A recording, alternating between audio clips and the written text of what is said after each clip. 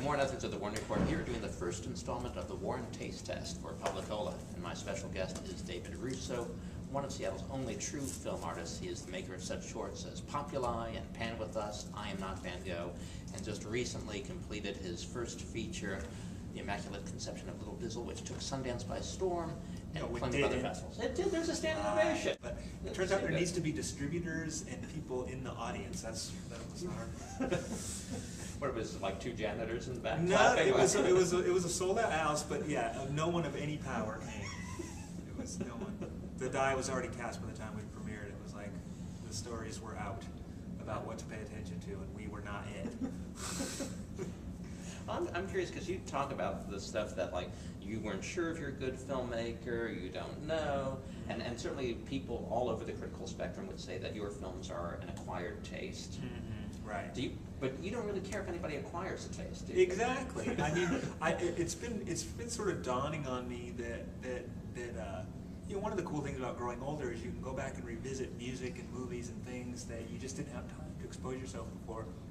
And right now I'm going through the latentest of latent, like Frank Zappa phases, where I really admire, like, I mean, I never got him when I was younger. I respected him without getting him. It's like, I listened to him on Dr. Demento show, the goofy songs, you know, Don't Eat the Yellow Snow and everything.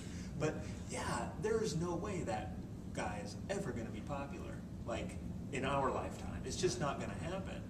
Made me think, well, maybe that I can think of myself as like the Frank Zappa movies, or something like that, where like I don't, when you start making feature films, it's natural to have to start thinking about, are you successful or not, which is, when you're a short filmmaker, there is no successful short filmmaker. There's, I mean, a successful short filmmaker is just somebody who makes things they're proud of.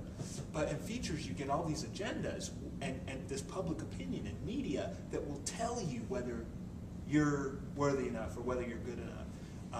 But I know that for me, as a human being walking the planet, this stuff that I make has real meaning, and I know that it will only reach a handful of people.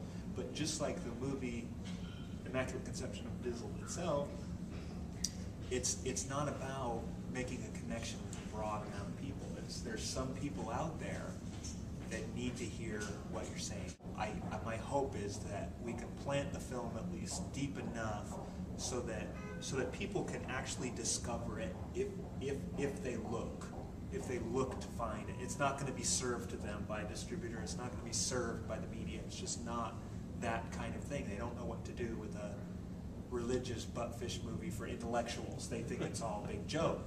But the thing I know about the movie, I know this from the Blue Men's reaction to it too, is the people who get it in a really deep way. It's like they need, some people just need to have that experience of a unique thing just kind of washing over them and go, oh, okay, so it's okay to be a little different. It's okay, you know.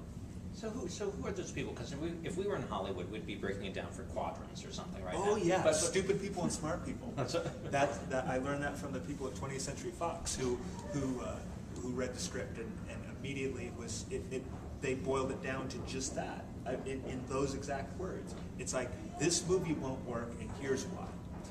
You're trying to appeal to stupid people and smart people at the same time. It doesn't mean you can never do that, but you gotta pick one, because we come at it from strictly marketing, and it's very difficult to market to both groups. So take out the buttfish and make this about the janitor, or leave the buttfish and go real low road. You know, that was their advice to me, and it's like, oh, wow, that's interesting. It's terrible advice, but it's yeah, interesting. well, I won't say it's terrible advice. I mean, I think somebody could use that. If I was more of like a typical hack, I think it would be an important thing to hear. Like, oh, all I want to do is make movies, so yeah, oh, that's a mind blower. But like, that's when I realized, I guess I'm a different kind of filmmaker, because I could never motivate myself if I took one of those roads. I could never get up in the morning and do the amount of work you need to do to make a movie and to sell it if there wasn't something pushing on defenses and trying to do something impossible. But I mean, if you take the smart part out of Little Dizzle, you have Tom Green and Freddie Got Fingered. But you say that that there are people who need to see it, just like there are people who needed to hear Zappa. Who are those people? Like, can you identify them? If we could market just to that little niche, who are they? That's a good question, and that's something I would like to find out, because the paradigm for marketing is all changing now, where you can have a film that reaches the specific kind of people you want to reach. I don't want to say demographic, because that's not what it is, but you know, with Facebook and Twitter and all these things, word can really find its way around quickly, and even though the media may never pick up on it, you can have something that's actually reaching people.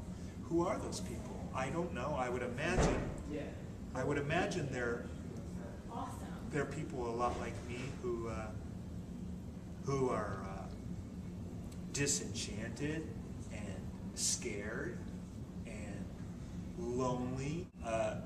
So yeah, those are people. People who are smart. People who like to think, which is not everybody. You know, thinking is only good for some people. But I really enjoy thinking, and I you know, so maybe it'll reach little loners out there. I don't know. So I have no idea. The movie is great for Travis Bickle with a liberal arts degree. Yeah, exactly. It's perfect. Whatever that means. I don't know. You don't know Travis Bickle? That's No. Taxi Driver. Oh yeah. No, yeah, I'm not so sure he would appreciate the good spirit of it. But I want, you know, there isn't a group here, because I wanted something that the most hardcore like Christian could watch, and the most hardcore Muslim, and a rocker and a punk rocker and